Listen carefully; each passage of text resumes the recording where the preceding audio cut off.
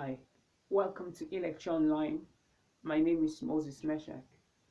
Recently, we talked about how to solve problems using dimensional analysis.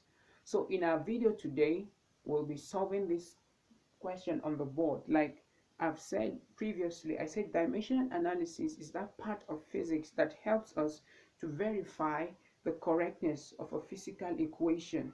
And secondly, it helps us to derive the unit of physical quantities. And thirdly, to derive the relationship between two or measured quantities. So in today's video, we'll be solving a real valued problem on how to derive an equation from any given expression. For example, like what we have on the board, like we said that the period t of a simple pendulum depends on the length L and the acceleration due to gravity G only.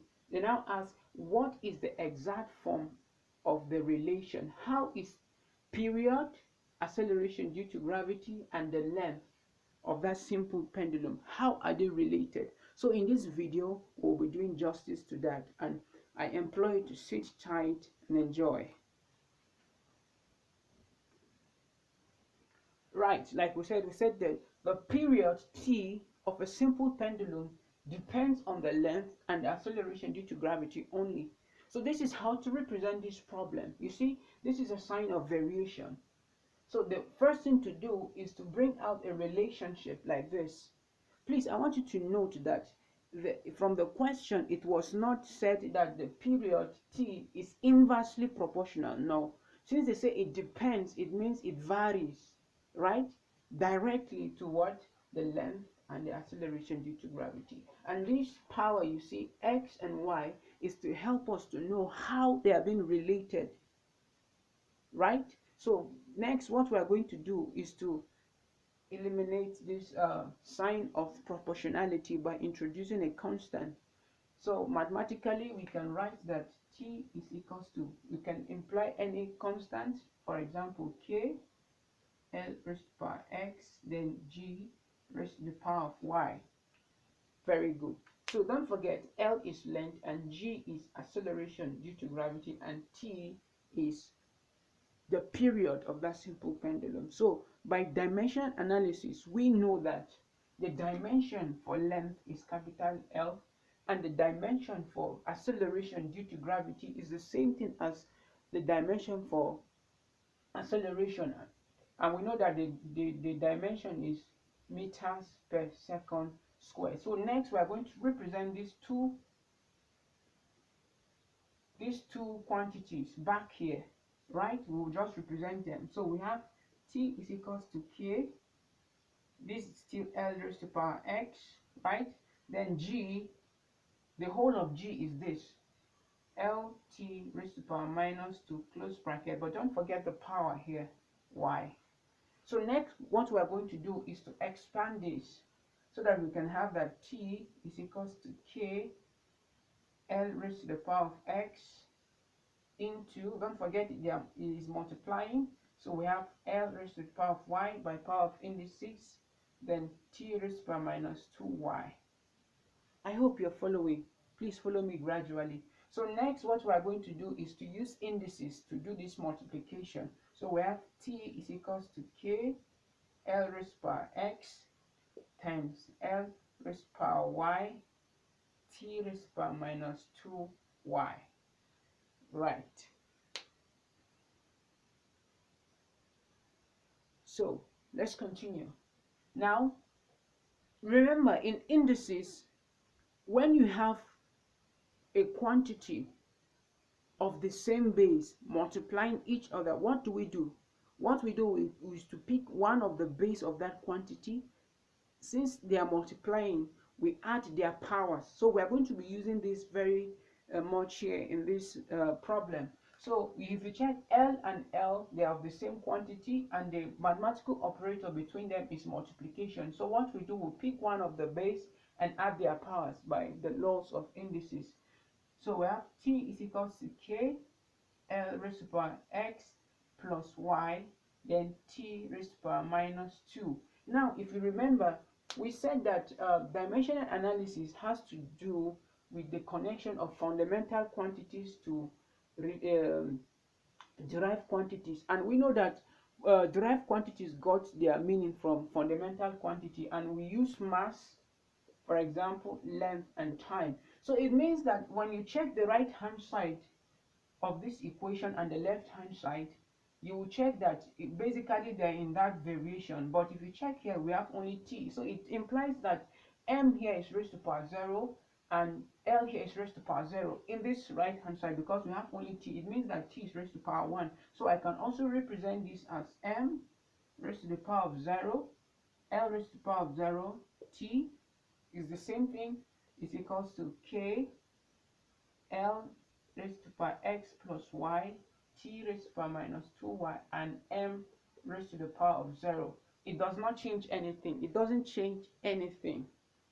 By mathematics, we know that m raised to power 0 is 1, L raised to power 0 is 1, 1 times 1 is 1, and 1 times t is t. So we still have back this problem. So it is advisable that you do this, so that by the time we collect all like terms, then we equate their powers.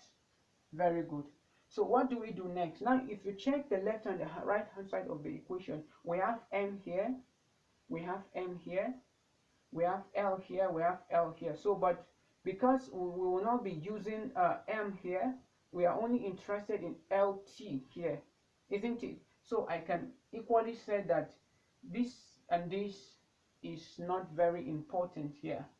This and this is not very important because we don't have a third variable that can help us to solve the problem here. So we can equally rewrite this as L raised to power 0 t is equals to k L x plus y t raised to power minus 2y. We can ignore this one since it doesn't add to the problem it doesn't add to the solution of the problem. So very good. I think we are okay now, so that we can have LT here and LT here is balanced. So next, what we do, we pick the basis of the same thing from the left and the right. Like for example, in the left hand side, we have L raised to power 0 is equals to, what do we have here? We have L raised to power x plus 1. Next, this k is a constant, so we can ignore it for now, and when we are done, we bring it back. Next is t. We have t here is t raised to power 1 is equals to t raised to the power of minus 2y. Please, let's go gradually. Make sure that you understand every step we are taking, and if you don't understand any step we are taking, it is advisable that you comment where you are lost in the comment section, so that I can come in and explain it more to you. Right, so what we do next is to equate the powers. Since they have the same base and they are equating each other, so what we do is equate the powers. So if we check from the top here, we have x plus y is equals to 0. That, let's call it equation 1. Then from the second one, we have that minus 2y is equals to 1. We have equation 2. So what we are going to do now is to find the value of x and y, so that by the time we find the value of x and y here, we can easily substitute it here, then break down the equation to have the relationship, how t is related to L and G. Thank you. So by the virtue of this, you can easily find the value of y from equation 2. So we can say from equation 2, we have that y is equals to what? Minus 1 all over 2. Since y is equals to minus 1 all over 2, we can substitute the value of y into equation 1, right? So since y is minus 1 all over 2, we can write that x minus 1 all over 2 is equals to 0 from equation 1.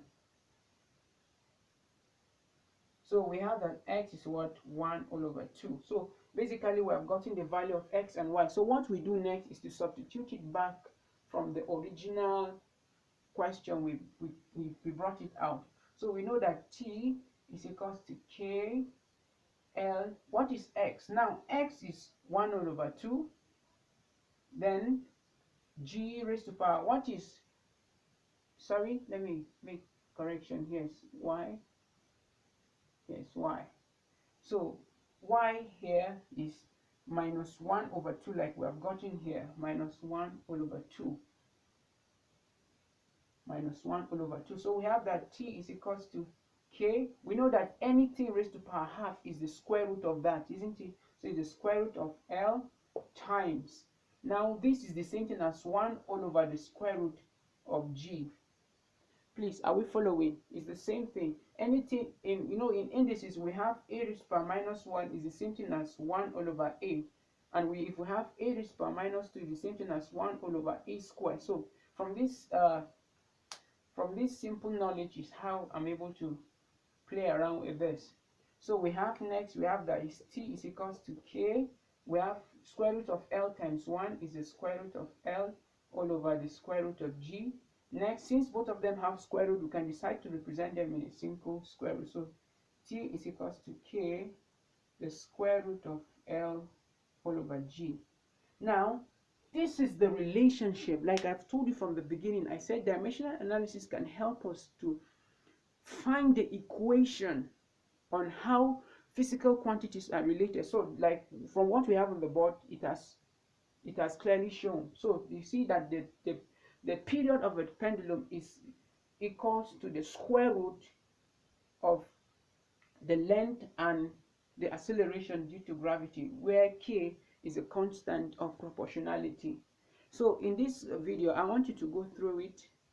Remember to like and subscribe and recommend to others that want to learn just like you. Thank you, and see you in the next video.